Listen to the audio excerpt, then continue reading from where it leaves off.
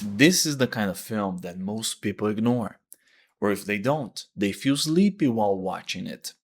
To make a provocation, who would want to watch a movie that is only about a bathroom cleaner and his daily life?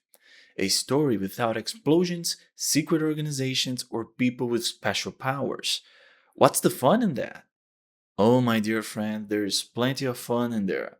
You just need to be more observant, patient, and empathetic.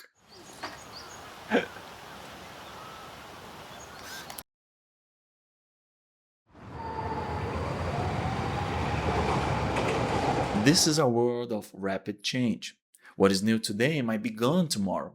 If we talk about content creation, some of the information we encounter tell us that content needs to be simple and immediately attention grabbing. Most of us, when commuting to places, cannot take our eyes off from our screens, even in crowded places. Everything seems so liquid, as the late philosopher Zygmunt Bauman would describe in his work. We are always in search of the new, always in search of the next distraction, avoiding boredom and silence like it is some sort of a curse. This can make us wonder whether worth can only be found in what is novel, fast, full of stimulation, like the endless digital feeds of our modern era.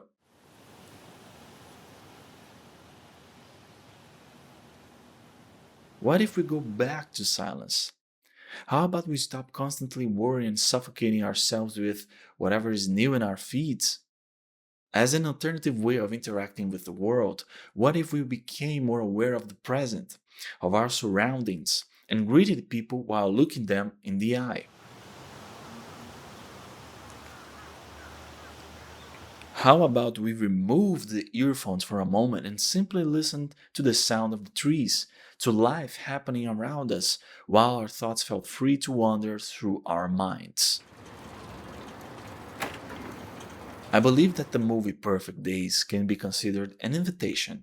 Through the life of Hirayama, we are reminded that a quieter and simpler existence has also much to offer in terms of inner peace, as well as gratitude for being alive once more, for having the opportunity to live a new day, and to look at the sky again and witness its beauty.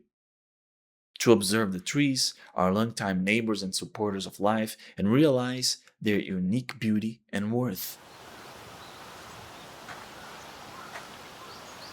This is a story that can be seen as an important reminder of the beauty of simple things, a kind of beauty that does not necessarily require money to be enjoyed.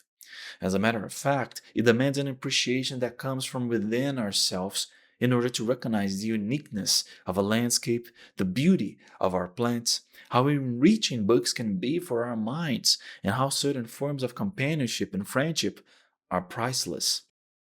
Some of us are actually able to develop this perspective on life quite early, perhaps because of a particular parenting style, values rooted in a specific belief, or even because facing critical moments such as the possibility of death has made us more appreciative of life's simpler things.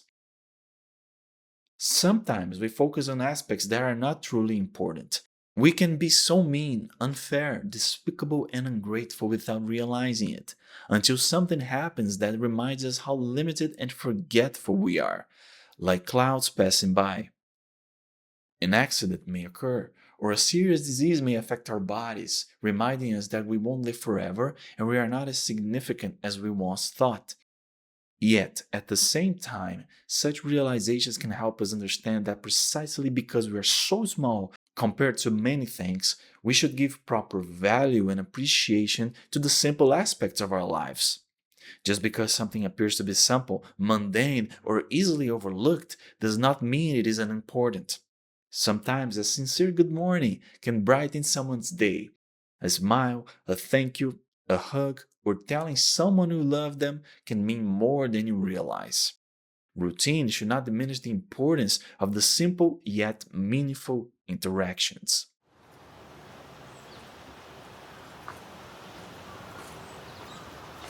Depending on where you go, you will probably find it clean. Well, it goes without saying that it was not magic that made that place clean. Someone had to do the hard work of washing away all sorts of filthy, especially when we're talking about public bathrooms. There is something curious to notice about this profession. Even though it is essential work, it is still often marginalized and overlooked. I've had a close experience with this kind of work because my mother was a cleaner. She began cleaning houses of wealthy people in order to earn enough money to raise me, especially during the year when my father disappeared. It was a close experience because since she didn't trust anyone to look after me while she was working, she initially brought me with her. It is the kind of experience that stays with you and humbles a person. The amount of work is considerable, and not every client is a pleasant person. Of course, especially when you're starting, the payment is often insufficient. And again, this is curious because it's the type of service that everybody needs when they are unwilling to do it themselves. You see the connection that the story proposes? A character who seems to know how to enjoy life in a simpler way, focusing on things that most people often ignore, while also working in a profession that is deeply needed and important, yet remembered only when it is convenient or necessary. A character who finds value in life as it is now, in his current circumstances, in small interactions, and in his work, instead of constantly worrying about the future or what comes next, things that ultimately are beyond our control. As he tells to his niece, 今度は今度、今は今。sometimes the decision to embrace a much simpler life comes from a more dramatic motivation, to the point where we become convinced to leave behind the complex life we once lived. This is not only what we see in one of the characters Hirayama meets, but possibly in Hirayama himself as well. In a few dialogues exchanged between him and his sister, there are hints about something related to one of their parents. The contrast between them is noticeable. She arrives at his house elegantly dressed in a luxurious car with a personal driver while he lives in a small and modest home. I believe we are given a clue as to why Hirayama chose a different path from his sister. Sometimes we spend our lives trying to meet the expectations of our family members, completely ignoring whether that way of living truly fulfills us. Even when such a life is more comfortable, the cost of our sense of identity can become a burden. After a tragedy or a serious event affects the very people whose expectations we try to fulfill, we may no longer find a reason to remain on that path. Instead, we search for something different, even if no one else understands it or finds it strange, as his sister seems to. I'm not saying that looking forward to have a comfortable life is wrong and choosing a simpler life is right. Of course not. We should not be so simplistic. The point is to consciously choose which path to follow, even if those closest to you might find your decision unusual. In moments like these, we all need to remember the reasons behind our choices. This perspective can also remind us to be cautious when judging people and their decisions or their silences. Sometimes there's more beneath the surface, a kind of pain not everybody can understand. Choosing to become humbler can help us recognize the value even in our smallest actions, in a way that affects both our work and the people around us.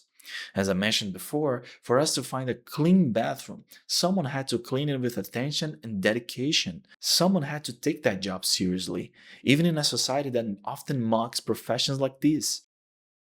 There's also the point of not acting this way for the approval of others, but because this perspective comes from within, from our values, from the standards by which we judge ourselves, and from our comprehension of the value of things, from the smallest to the greatest. Before a tree can become tall enough to cast a refreshing shadow, it must first be a tiny seed. It takes time, patience, and care before it finally becomes that remarkable tree. The trees don't even know the good they do to us, and the same can be said of some of our actions. A smile, or a compliment, or a kind gesture may improve someone's day, and we may never know the impact we had.